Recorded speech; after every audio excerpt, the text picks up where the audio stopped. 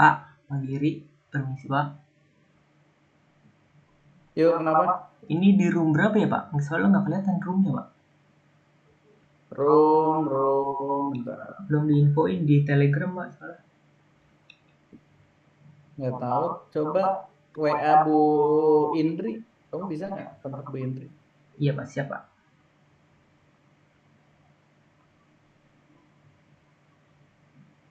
Biar teman-temannya pada ikut gitu ya. Iya Pak, soalnya ini nggak ada roomnya di room berapa ini? Meeting room. Ada.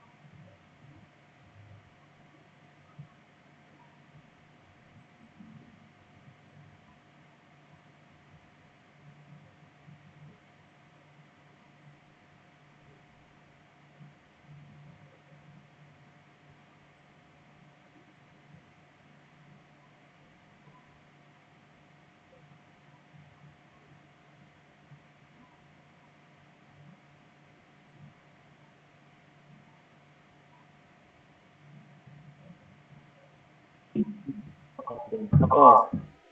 Lalu, yang lainnya udah masuk belum? Sudah ini Pak. Pak siapa aja? Ada Pak Geri, Bu Ratna, sama Pak Bambang. Oh, Pak Geri lagi. Iya. Oh iya, lu Pak Geri lagi. Udah, siapa ketuanya Pak? Pak Bambang kan di situ. Ketuanya kalau Pak nggak salah. Bambang. Oke, oke. Iya, oke. Ya, mana Ge? Mana yang mahasiswanya halo? Ini Arbian. Saya Pak Arbian Pak. Ada suaranya tidak Pak? Nah, berarti mana? Gimana Pak? Slide. Layar. Tampilin Sebentar, share Pak. screen.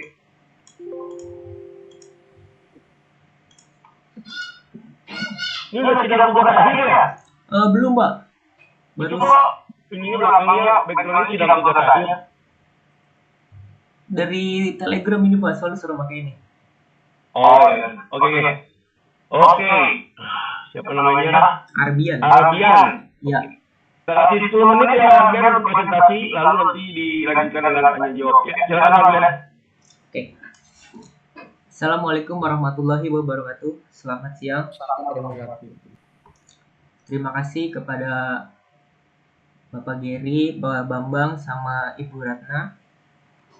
Saya Arbian Syahar Ramadan ingin mempresentasikan seminar proposal dengan judul Sistem Pengendalian Penyiraman Tanaman Kelengkeng Berbasis IoT dengan Integrasi Sensor Suhu dan Kelembapan Tanah.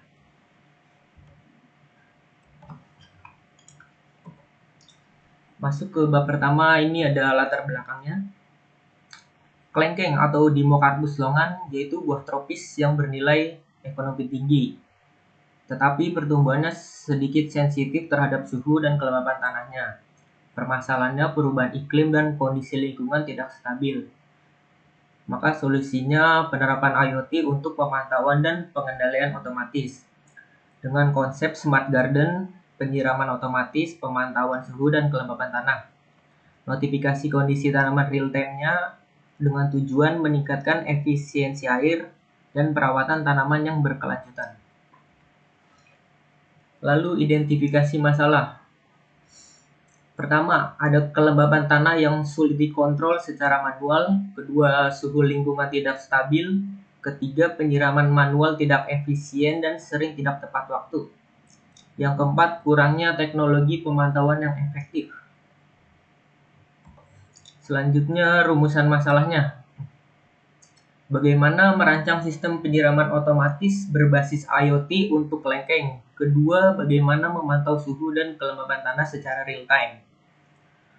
Yang ketiga, faktor apa yang memengaruhi kebutuhan air dan kondisi optimal kelengkeng? Keempat, bagaimana IoT meningkatkan efisiensi air dan perawatan tanaman? Nah, di sini masuk ke manfaat penelitian teoritis. Pertama, menambah wawasan penerapan IoT pada budidaya tanaman tropis. Kedua, kontribusi terhadap teknologi otomisasi pertanian. Praktisnya membantu petani memantau kondisi tanaman secara real time. Kedua, meningkatkan efisiensi air dan hasil panen. Ketiga, mengurangi pemborosan air dengan penyiraman otomatis. Untuk manfaat di lingkungan, pertama ada menghemat air dan pupuk berdasarkan kondisi aktual tanaman. Kedua, mendukung pertanian yang berkelanjutan. Ketiga, efisien terhadap keterbatasan sumber daya alam dan perubahan iklim. Nah, berikut ini masuk ke kerangka berpikirnya, latar belakang. Tantangan lingkungan dalam budaya kelengkeng. Kedua, peran IoT dalam penanaman kelengkeng. Ketiga, pengembangan sistem Smart Garden untuk tanaman kelengkeng. Tujuan penelitiannya mengoptimalkan penggunaan teknologi IoT dalam pertanian. Dua, mengembangkan sistem Smart Garden untuk budidaya kelengkeng. Ketiga, mengatasi tantangan lingkungan dalam budidaya kelengkeng. Nah, yang bawah ini metodenya menggunakan Research and Development atau biasa disingkat R&D. Pertama ada perancangan sistem, kedua pembuatan sistemnya, ketiga pengujian sistem, keempat pengumpulan data, kelima analisis hasil. Nah, hasil yang diinginkannya pertama ada pengembangan sistem pengendalian penyiraman otomatis berbasis IoT. Kedua, pemantauan dan pengendalian suhu serta kelembapan tanah yang lebih akurat. Yang ketiga, peningkatan hasil panen yang optimal. Manfaat akhirnya, pertama, kemudahan dalam pengelolaan tanaman kelengkeng. Kedua, pengurangan pemborosan sumber daya. Ketiga, peningkatan pengetahuan dan teknologi di kalangan petani. Masuk ke bab 2, ini studi literaturnya. Untuk yang pertama dengan judul IoT and Android-based chili plant watering monitoring and control prototype, yaitu inti pembahasannya dia pengembangan prototipe sistem penyiraman cabai otomatis berbasis IoT dan aplikasi Blink dengan sensor kelembapan dan suhu tanah. Permasalahannya di sini penyiraman cabai tidak teratur yang menyebabkan tanaman cepat layu dan menurunkan produktivitas. Untuk studi literatur keduanya ada buku Lapang Budidaya Lengkeng. Inti pembahasannya ada panduan teknis lengkeng dari persiapan lahan, benih, pemupukan, hingga pasca panen untuk meningkatkan produktivitas dan mutu buah. Permasalahannya, rendahnya produktivitas dan mutu lengkeng akibat teknik budidaya, pembungaan, dan penanganan pasca panen yang belum optimal. Dengan judul yang ketiga ada pengembangan budidaya kelengkeng atau Dimmocarpus longan sebagai model pemberdayaan masyarakat. Studi kasusnya di Desa Trimulyo, Kapanewon, Jetis, Kabupaten Bantul. Inti pembahasannya menghasilkan model pemberdayaan berupa teknik pemangkasan, perawatan, dan praktik budidaya, evaluasi, peningkatan pengetahuan dan keterampilan petani setelah intervensi. Permasalahannya di sini yang ketiga, kualitas dan kuantitas produksi rendah akibat praktik budidaya tradisional, serta perlunya pelatihan dan model pembinaan. Di jurnal yang keempat sini ada pemberdayaan petani melalui usaha tanaman kelengkeng atau Dimmocarpus longan. Studi kasusnya di Kebun Nawung, Selopamiro, Imogiri, Bantul. Inti pembahasannya di sini penerapan teknologi budidaya, pengembangan usaha, dan model pemberdayaan petani untuk pengembangan kebun kelengkeng, analisis dan peningkatan pengetahuan dan keterampilan petani. Rendahnya adopsi di sini permasalahan yang ditanganinya rendahnya adopsi teknologi budidaya kelengkeng oleh petani serta kebutuhan model dan pemberdayaan yang efektif. Jurnal terakhir ada perancangan sistem instrumentasi berbasis Internet of Things pada modern agrikultur. Inti pembahasannya di sini pengembangan sistem monitoring penyemaian padi berbasis IoT menggunakan sensor DHT11, YL69 dan pH meter SEN 0161 yang dikontrol oleh node MCU ESP32 untuk memantau suhu, kelembapan udara, tanah, dan pH air secara real time. Permasalahannya penyemaian padi yang belum optimal akibat kurangnya pemantauan faktor lingkungan seperti suhu, kelembapan, dan pH air yang memengaruhi kualitas bibit. Di sini masuk ke metode research and development. Pertama, perancangan sistem. Desain perangkat kerasnya ada ISP32, sensor DHT11, DS8B20, soil moisture, relay, dan pompa. Dan kedua, dari desain perangkat lunaknya ada Arduino IDE dan integrasi IoT untuk monitoring real time-nya. Kedua, pembuatan sistem. Pertama, perakitan komponen dan pemrograman ISP32-nya. Kedua, ada mode otomatis dan manual yang bisa dikontrol jarak jauh via IoT. Untuk pengujian sistemnya, pertama ada uji fungsi dan respon sistem terhadap kondisi nyata. Untuk kedua, acuan kelengkengnya suhu 25-34 derajat Celcius, kelembapan tanahnya 60-80%, curah hujan 2.500 sampai 4.000 mm. Pengumpulan data. Data kelembapan tanah, suhu tanah, kelembapan udara serta status pompanya. Terakhir, analisis hasilnya, evaluasi akurasi sensor, respon pompa, efisiensi air, dan kestabilan komunikasi IoT-nya. Selanjutnya ini ada flowchart alur penelitian dan pengembangan sistem. Pertama, start. Setelah itu ada perancangan sistem, desain hardware, ESP32, DHT11, DS18B20, soil moisture, dan relay. Serta ada yang kedua, desain softwarenya ada Arduino IDE serta platform IoT. Lalu masuk ke pembuatan sistemnya, ada perakitan komponen, pemrograman ESP32, dan mode otomatis dan manual. Setelah itu mode sistem. Ada mode manual. Mode manual itu user bisa on off menggunakan aplikasi Blink, dan jika otomatis sensor itu baca kondisi.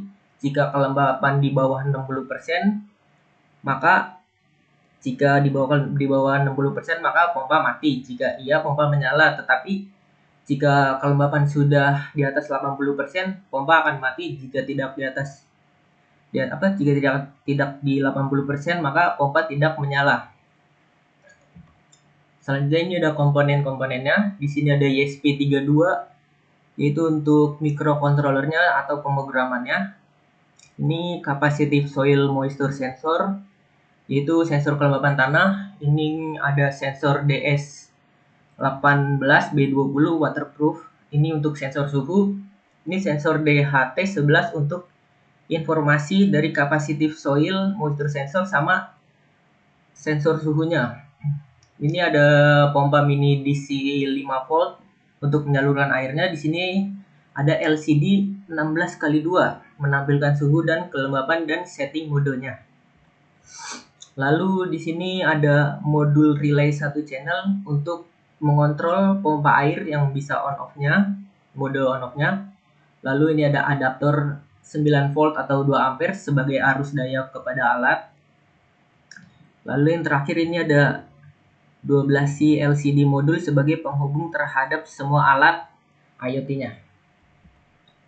Nah, ini masuk ke use case dan user activity-nya. Dari bagian use case, di sini user bisa melakukan beberapa hal.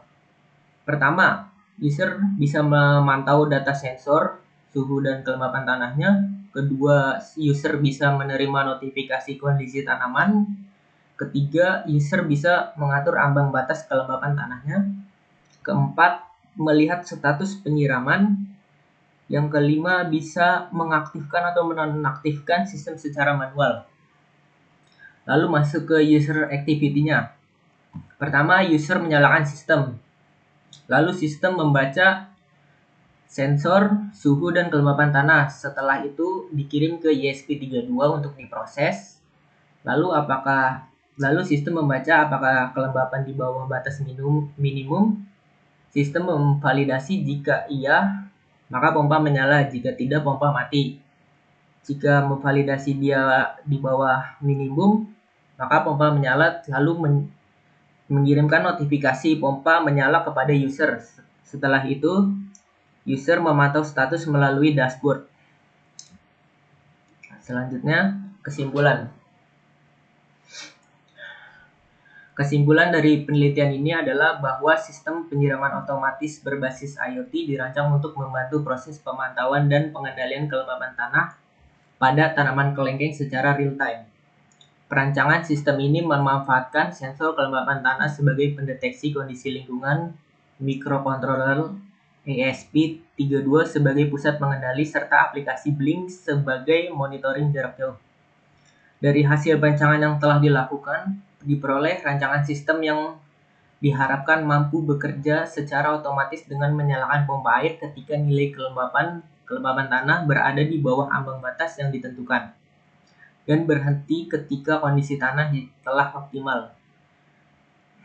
Melalui penelitian ini diharapkan sistem yang dikembangkan nantinya dapat menjadi solusi efektif dalam menjaga kondisi tanaman kelengkeng agar tetap ideal, sekaligus meningkatkan efisiensi penggunaan air dan waktu perawatan tanaman menuju penerapan pertanian cerdas atau smart farming yang berkelanjutan. Terima kasih. Sekian. Oke, Bu Yunika, go. Iya ya Pak, iya Pak. Ya, silakan. Baik Pak, terima kasih Pak Bambang. Baik, Arbian ya, panggilnya Arbian ya. Boleh Arbian, boleh gimana aja lah Bu. Oke, Arbian ya. Sekarang semester berapa Arbian? Semester 9 Bu. Semester 9, oke. Ini saya cek judulnya sistem pengendalian penyiraman tanaman kelengkeng. Kenapa kelengkeng? Karena belum ada yang membuatnya Bu. Untuk ke tanaman kelengkengnya. Berarti maksudnya belum pernah ada penelitian terkait kelengkeng atau berbasis IoT-nya? Untuk berbasis IoT-nya terhadap tanaman kelengkengnya Bu. Oke, berarti tanaman yang lain misalnya mangga, alpukat itu udah pernah ada yang basis IoT. Iya, setelah dibaca beberapa jurnal, sebagian udah ada sih Bu. Oke, itu perlu dijabarin ya. Maksudnya dari semua tanaman, jenis tanaman kan banyak ya. Kenapa kelengkeng itu, kenapa itu ya. Alasannya bisa disebutkan di latar belakang. Terus juga ini kan nanti mau bikin sistem berarti basis IoT untuk mengendalikan penyiraman tanaman. Apa yang membedakan sama menyiram tanaman manual? Kan kamu kan pakai integrasi sensor suhu dan kelembaban tanah. Jadi ada 2 variabel ya di sini ya. Bedanya apa sama yang kalau kita manual ya, biasa kalau orang nanam kelengkeng pakai tanah yang sesuai dengan suhu yang memadai, sesuai dengan intensitas suhunya berapa gitu. Apa yang membedakan kenapa kita harus pakai IoT? Karena kalau kita pakai IoT kan kita bisa, misalkan kita berpergian atau apa, jadi tidak selalu harus untuk terus mengingat agar menyiram tanaman. Jadi saat kita berpergian jauh bisa dengan otomatis gitu Bu. Oke, saya tanyain lagi. Kamu pernah lihat di Jakarta itu sekarang orang tanaman itu udah punya sistem yang di bawah itu yang dia langsung tiap kali berapa detik dia langsung keluar airnya. Dia langsung nyiram ke sekelilingnya. Kenapa nggak pakai itu aja? Mungkin kalau itu kan saya yang lihat itu karena yang saya pernah lihat itu sebagian dia untuk rumput ya Bu. Mungkin dia enggak, karena kan tanaman kelengkeng ini dia permasalahannya dari perubahan iklim dan kondisi lingkungan tidak stabil ya Bu ya. Kalau rumput mungkin tidak kali ya. Jadi dia cuma beberapa detik dia muncul untuk nyiramin. Kalau kelengkeng kan dia ada suhu tertentu sama kelembaban tertentunya. Oke. Apa penelitian yang mendukung sehingga kamu bisa menyatakan hal tersebut? Karena ada jurnalnya Bu untuk tanaman kelengkeng. Boleh, silakan ditampilkan. Mana jurnalnya? Jurnal ini Bu, buku Lapang Budidaya Kelengkeng. Kecil banget ini. Kalau bisa kalau bikin slide itu jangan di copy langsung table ya. Jadi kamu mending bikin kalimatnya sendiri supaya terlihat gitu ya. Tulisannya ya. Yang mana coba? Yang buku Lapang Budidaya Kelengkeng. Oke, ini apa isinya? Dia isinya di sini dari persiapan lahannya untuk kelengkeng, terus benihnya dari benih, terus ada pemupukannya gimana sampai ke pasca panen untuk meningkatkannya. Terus yang kenapa harus yang saya tanyakan itu kenapa dia istimewa sekali gitu, istimewa sehingga harus pakai IoT untuk tanaman kelengkeng. Karena kan tanaman kelengkeng di sini dia buah tropis yang bernilai tinggi, terus juga demand-nya banyak gitu, permintaannya. Kan maka dari itu untuk menstabilkan dari permintaan yang banyak biar gak ada namanya miss untuk pengiriman ke permintaan, jadi mungkin bisa menggunakan IoT tersebut Bu. Alasannya kurang kuat ya. Nanti kamu bisa cari baca lagi penelitian sebelumnya. Kenapa saya tanyain kenapa kelengkeng, terus juga kamu bisa tarik dari nilai misalnya impor ekspornya kelengkeng ya, dari situ. Kan kamu kan mau pakai smart garden ceritanya kan, pakai IoT-nya. Jadi kamu lihat nih nilai nilai impor yang didapat ekspor yang didapat itu berapa nih persentase yang masuk ke Indonesia nih kelengkeng dibanding sama potensi yang ada di Indonesia. Nah, dari situ kamu poin POV-nya itu yang dipakai untuk bahwa kita nih masih kekurangan nih, sedangkan kebutuhan permintaan demand dari buah kelengkeng itu banyak, berapa persentasenya, itu yang disebutin ya di latar belakang. Baru kamu mau pakai IoT, nah nyambungin lagi, kenapa harus IoT sistem, kenapa harus pakai sistem, kenapa harus pakai alat yang langsung otomatis, kenapa, nah itu perlu kamu sebutkan di latar belakang ya. Oke, siap. Oke, ini beberapa catatan dari saya. Yang pertama dari segi penulisan, abstraknya belum ada ya di penulisan. Biasanya kalau proposal itu sudah harus ada abstrak ya. Minimal tuh sudah sampai penjelasan di metodenya ya, ringkasan sampai di metode itu perlu ditampilkan. Terus juga tantangan dan penelitian sebelumnya ya, saya baca di latar belakang itu kurang, belum apa ya, belum diulas. Kan kamu tadi ngambil ada beberapa sumber kan dari IoT di bab 2. Nah, itu mungkin bisa kamu ulas di bab 1 secara ringkas gitu ya. Tantangan pengendalian tanaman kelengkeng itu seperti apa dari penelitian sebelumnya gitu ya. Dijelaskan di situ juga pendekatan dengan IoT-nya seperti apa. Mungkin juga bisa juga dengan nggak harus IoT, misalnya pendekatan yang lain gitu ya. Pendekatan berbasis IT itu nggak apa-apa gitu, diulas saja di latar belakang. Jadi latar belakangnya itu nggak sedikit tapi mengulas singkat gitu lah ya penelitian sebelumnya. Urgensi dan perbedaan penelitian ini masih sangat kurang ya. Urgensinya kenapa sih penelitian lengkeng ini? Nah, mungkin kamu bisa refer yang tadi saya sebutin, karena nilai ekspor impor kita tuh berapa sih untuk tanaman ini, demand kita berapa sih, nah masuk urgensinya.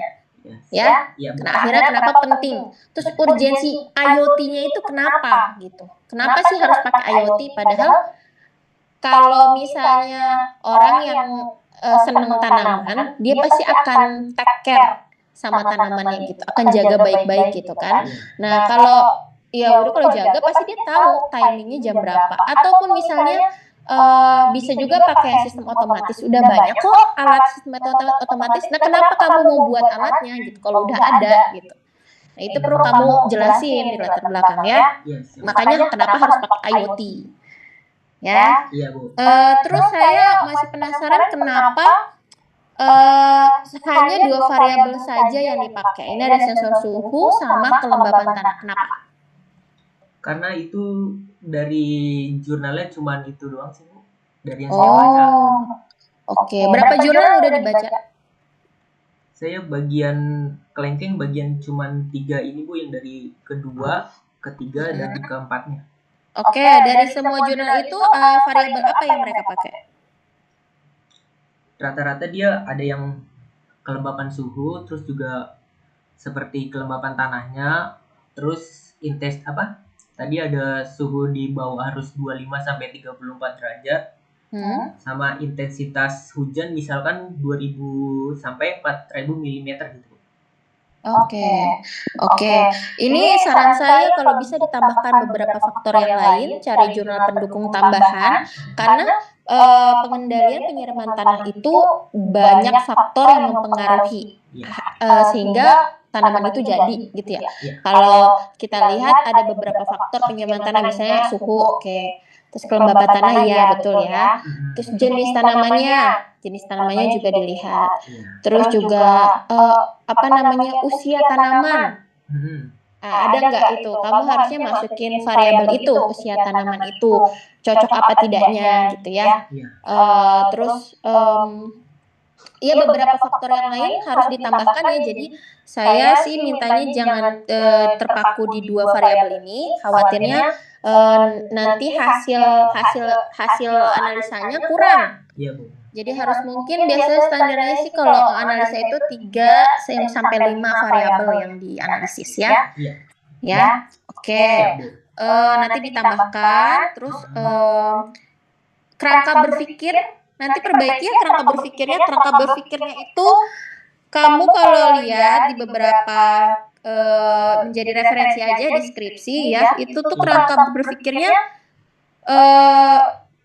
masih lebih detail lagi. Misalnya latar belakang, rumusan masalah, Habis itu, habis dari rumusan masalah, dari mana tuh sumbernya tuh? Dari literasi atau dari observasi, gitu ya. Iya, Bu. Nanti diperbaiki. Ini nih masih, ini bikin sendiri atau gimana? Ini dibikin sendiri sih, Bu. Buru-buru juga Oke. ini. Ya, kalau mau buat sebuah model, misalnya contoh gini, kamu bisa referensi dari jurnal, bisa juga dari deskripsi gitu ya. Nanti dilihat mana yang cocok, habis itu baru dimasukkan ya. Iya, siap. Jadi diperbaiki lagi. Ini udah saya taruh di catatan. Terus penulisan lagi, penulisan Latin ya. Kamu tadi masukin kata Latin lengkeng ya. Iya, di mau kasih ulangan. Itu sama bahasa Inggris. Coba nanti diperhatikan. Penulisannya setahu saya italik. Bahasa Inggrisnya itu harus huruf miring. Ya, nama Latin juga harus huruf miring. Siap, Bu. Mungkin beberapa lupa diganti kali Bu, saya, Bu. Iya, dan banyak loh ternyata bab 3 tuh hampir ada beberapa bahasa Inggris itu harus diganti di huruf miring. Sumber data. Datanya nanti ngambil dari mana? Datanya dari uji coba kan? Nanti saya nyoba sendiri sih, Bu. Berapa tanaman? Dan lengkengnya berapa model? 1 doang. Oh, kurang itu. Kamu lihat deh, kamu ngambil sensor suhu sama kelembapan tanah. Yang kamu pakai cuma satu data.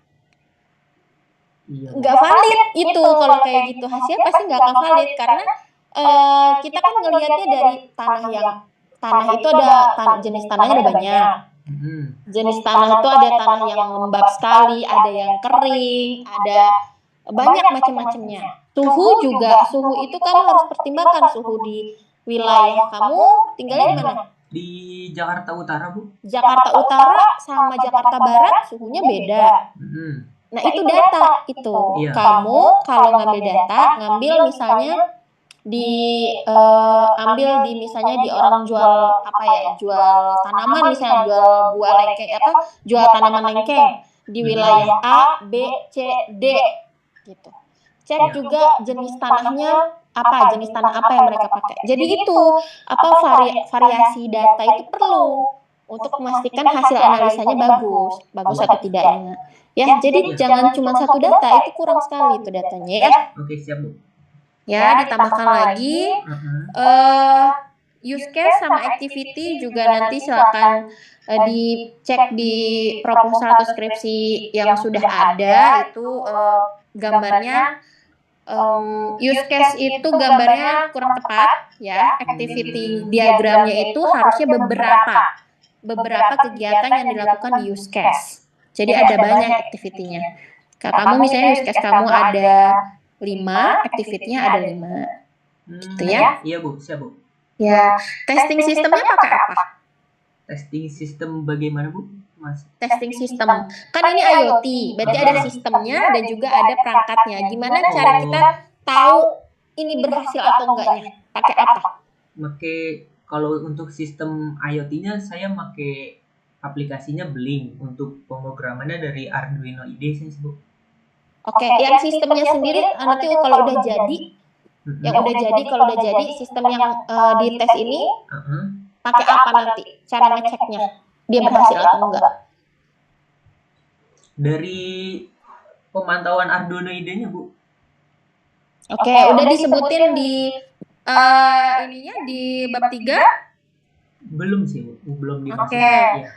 Testing sistemnya itu perlu dijelasin di bab 2 terkait teorinya apa. Terus juga di bab 3 testingnya nanti akan seperti apa. Kan kamu bikin 2 nih, sistem sama alat. Kalau versi sistem keberhasilan sistem itu diceknya pakai alat apa. Gitu ya. Terus kalau alatnya sendiri itu kalau kita tahu dia sudah jadi dan sudah sesuai, itu cara ngeceknya pakai apa. Nah, itu disebutin. Iya, Bu. Ya, karena di laporan kamu belum ada. Belum dimasukin tuh. Ya. Terus apa lagi? Itu sih kayaknya dari saya itu nanti diperbaiki ya beberapa catatan dari saya ya. Iya, siap. Oke, siap. Dan saya itu Pak Bambang, terima kasih. Terima kasih, Bu. Terima kasih, Bu Yulika Gu. Ya ini saya mau nanya nih. Iya Pak. Di Blink itu sebenarnya udah banyak gitu yang pakai Blink ini. Iya benar Pak. Iya kan? Iya. Udah pakai Blink banyak. Bisa tanya lagi sebelumnya nih. Arsitektur sistemnya, kamu pakai Arduino apa ESP? Untuk Atau pakai Raspberry? untuk pemrogramannya di Arduino Pak. Nah alatnya itu ESP32. Ya, ESP32 oke. Koneksi ke internetnya pakai apa? Internet ke gimananya Pak maksudnya Pak? Kan ayo gitu, dari ESP32 koneksi internetnya pakai apa? Nah dia disambungkan ke website. Jadi aplikasi Blink itu cuma bukan aplikasi Pak, dia ada websitenya juga. Ngerti, itu kan dia kan di cloud itu, Blink itu kan di cloud. Koneksi dari ESP32 ke Blinknya pakai apa? Koneksi aplikasi apa gimana Pak? Koneksi ESP32 kan pakai microcontroller. Itu koneksi ke internetnya dia pakai apa? Dia nyambungin pakai ini Pak, data yang dikirim lewat. Ya datanya dikirim lewat apa? Dia jadi nanti dia ESP32 tuh pemrogramannya dari suhunya. Iya, dia pakai medianya kan ngirim ke internet via apa? Oh via-nya. Lewat apa? Via WiFi Pak. Wifi ada nggak perangkat Wifi-nya di sini? Tapi dia lagi itu saya pernah nyoba dia dari situ Pak. Dia harus nyambungin ke WiFi gitu Pak. Lah iya Wifi-nya ada di sini. Di sini alatnya nggak ada Pak. Lalu bagaimana bisa nyambung ke internet? Di sini belum dimasukin Pak. Dari ESP32-nya. Ya, betul ya. Yang koneksi ke internet itu mandatori atau enggak? Itu sangat penting atau enggak? Penting Pak. Kok nggak ada? Kan ada di Internet of Things. Dia harusnya barengan sama ada di ini Pak, di SP32-nya. Lalu kalau tidak ada di SP32-nya, tetap aja ada koneksi internetnya. Iya dia di sini Pak, maaf Pak, di 12C-nya Pak. Jadi dia yang menghubungkan semuanya. Terus di sini ada bagian WiFi-nya. Itu bagiannya Gimana Pak? Suaranya hilang Pak. di internetnya itu perlu akses point nggak? Akses point kayak untuk gimana Pak? Ini kan terus Pak. Iya dia ada Pak. Hah? Ada. Coba akses pointnya. Gimana Pak? Suaranya hilang-hilang Pak. Halo, dengar? Iya, gimana Pak? Kan ada internet itu ada wifi. Koneksi akses pointnya mana? Koneksi akses pointnya. Ada nggak? Ada Pak. Halo? Iya Pak, halo. Ya koneksi akses pointnya ada nggak? Akses point dari yang untuk ke WiFi-nya Pak. Akses point itu ada dari HP lah. HP kan ada wifi tuh. Kampus bisa. Itu mau ke internet pakai koneksi akses pointnya kampus kan? Iya Pak. Iya nggak? Iya Nah, Pak. kalau ini akses pointnya pakai akses point mana? Hah? Akses point WiFi. Kamu kan kayak model HP tuh. Akses pointnya misalnya mahasiswa Unggul gitu kan? Iya. Ya. Kayak usernya Kalau buat ini usernya. apa? Dia Pakai enggak. akses pointnya. Iya. Nanti dia Iya, ada pembuatannya Pak di aplikasi Blink-nya.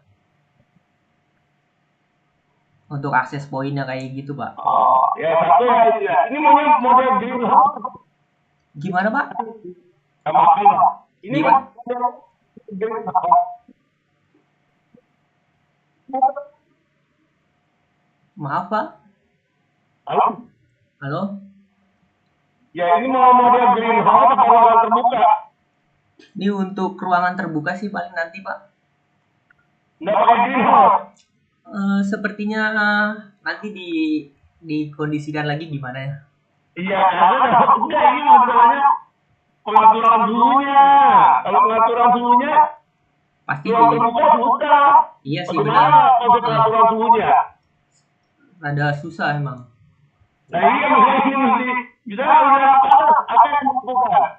Gimana Pak? Suhu idealnya nggak tercapai. Katanya kalau kelengkeng butuh suhu idealnya berapa derajat Celcius? Tadi dia butuh di 25. Di 25 sampai 34 derajat.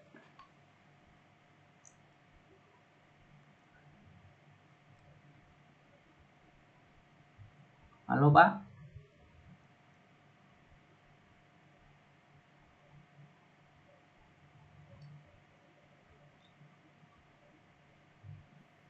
Halo? Halo Pak? Ya kalau mana? Apa Pak?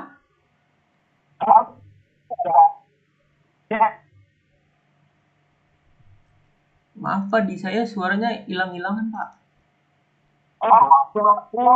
Beneran Pak? Gimana Pak? Saya mau tanya Bu Yulika, suaranya jelas nggak Bu Yulika? Ya Pak Bambang nggak kedengeran. Oh nggak kedengeran. Iya Pak, hilang-hilangan. Saya jelas kok. Hilangan Bapak lagi di jalan ya? Iya. Coba saya pakai. Pokoknya suaranya kayak gitu lah.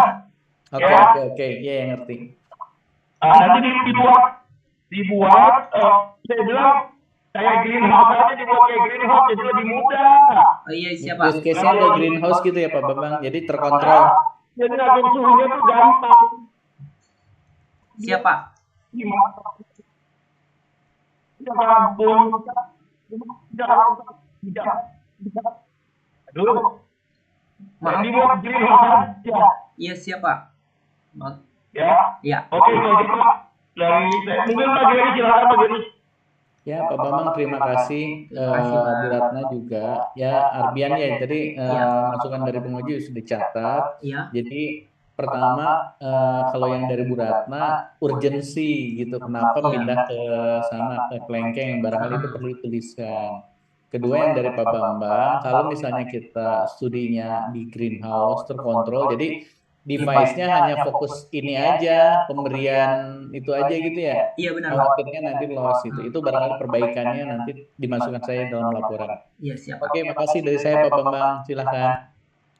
Oke, dibuat closing statement deh, silakan. Oke Pak. Sekian, terima kasih dari presentasi saya. Kurang lebihnya mohon maaf. Wassalamualaikum warahmatullahi wabarakatuh. Oke, silakan meninggalkan ruangan semua kecuali Bu Ratna dan Pak Bambang. Terima kasih Pak, Bu. Yo, sama-sama.